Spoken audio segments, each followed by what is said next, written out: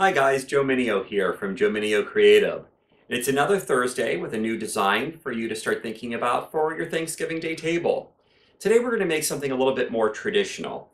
We're going to make this beautiful garland going down the center of your table and put a little twist on it.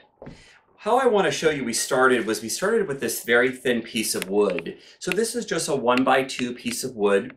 We cut it to about 3 feet in length and we spray painted the inner part green because we're going to be covering it with this foliage, and if we left it natural, we're going to have that obstacle of seeing the wood through. So it just makes our life a little easier. I'm going to move that off to the side and show you that we're starting with a product called seeded eucalyptus. Seeded eucalyptus is a beautiful greenery that's considered. It's not really considered a flower. Has a wonderful aroma, but if you notice, it has these great little seeds on the end of each of the blossoms, which is quite great. So we're going to be using this, and we're going to be using another product called lemon leaf.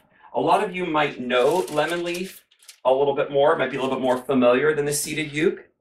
Now what we did was we used this beautiful lemon leaf, we cut it in small bundles, and we just used a little bit of twine to create these little individual hand tides that's going to be easily wrapped onto the wood. And we're going to do the same thing with our seeded eucalyptus. What we're doing, as you can see, is we've started on the end, on each of the end, and we're going to be working into the center. We're taking our bundles of eucalyptus and lemon leaf, take some of our paddle wire that you can get at the craft store, and we're just going to start adding that in, twisting it around. Now the easiest way to use paddle wire is to keep it on its paddle and easily wrap that around. Now you want to make it nice and tight, and as you're going around, you're just going to continue adding your bundles. The really wonderful thing about creating this on a piece of wood is that you can easily pick it up, you can easily remove it for dinner if you needed to, give yourself a little bit more space, and then bring it back after dinner quite easily. The great thing also is that this would dry beautifully, and you might want to keep it throughout the winter. Okay, as you can see, we're going to finish it off by adding some of these center portions.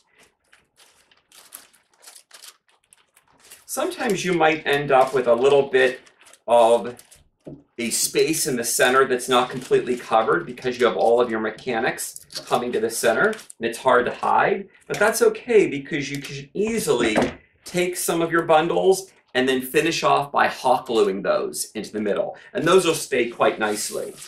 So we've created our garland, and we're going to add that onto our table, and as you can see, we use these great burlap runners on our table, give us a little bit more of an organic feeling. So let's take a couple more bundles, like we'll add those right in to the center like so, maybe one more like that to give us a beautiful finished look. Now, the next part of our design is going to be something quite easy. We just bought bundles of wheat, and we're going to create individual little bustles. So I took probably about 12 to 18 branches of wheat, gather them together. We're going to use some floral tape.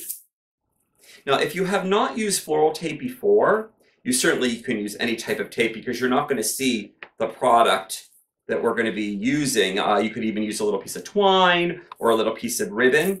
But in the floral industry, we use floral tape. And it's a product that's going to wrap, but it stretches. So as you're wrapping around and you pull and you stretch, it creates a nice tight bounding effect, just like so. So we've done that with cattails, and we've done that with bundles of wheat.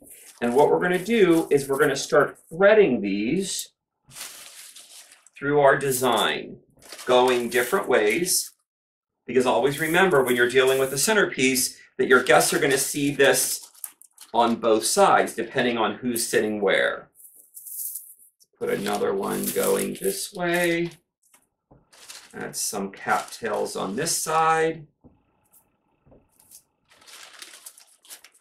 And I'm just laying these in. These will stay beautifully. If you really wanted to do something where you're going to be moving it quite a bit, like I mentioned earlier, you could certainly hot glue these or wire them in. And that mercury really gives this great kind of old-fashioned feeling with the candles, a few votive candles added. Now, to give it a little bit more personality and something that's going to be more personable to the guests that are attending, is we did something where we printed off, we just drew some very, very simple leaves on paper. We copied them on our copier at work. You can certainly run to Kinko's, and created little templates of leaves, right? That we asked our guests to fill out of what they're thankful for as they came into the door for Thanksgiving dinner. After we take them from our guests and they're all written up, we just certainly tuck them right into our design. So we have these beautiful ivory paper leaves all tucked in with wonderful memos of what we're thankful for. What I love about this is collecting them at the end of the night and then reusing them the following year and the following year. It's funny to see what people's response are year after year of what they were thankful for the year before. Becomes a nice holiday tradition. So we'll add a couple more, as you can see. Makes it very, very personable. So that's our design for this week. It's really very, very traditional, very simple, and I think the idea of the leaves with what we're thankful for most makes it very, very personable. So try this idea. Hopefully it'll work for you. We'll see you next Thursday. We're getting close.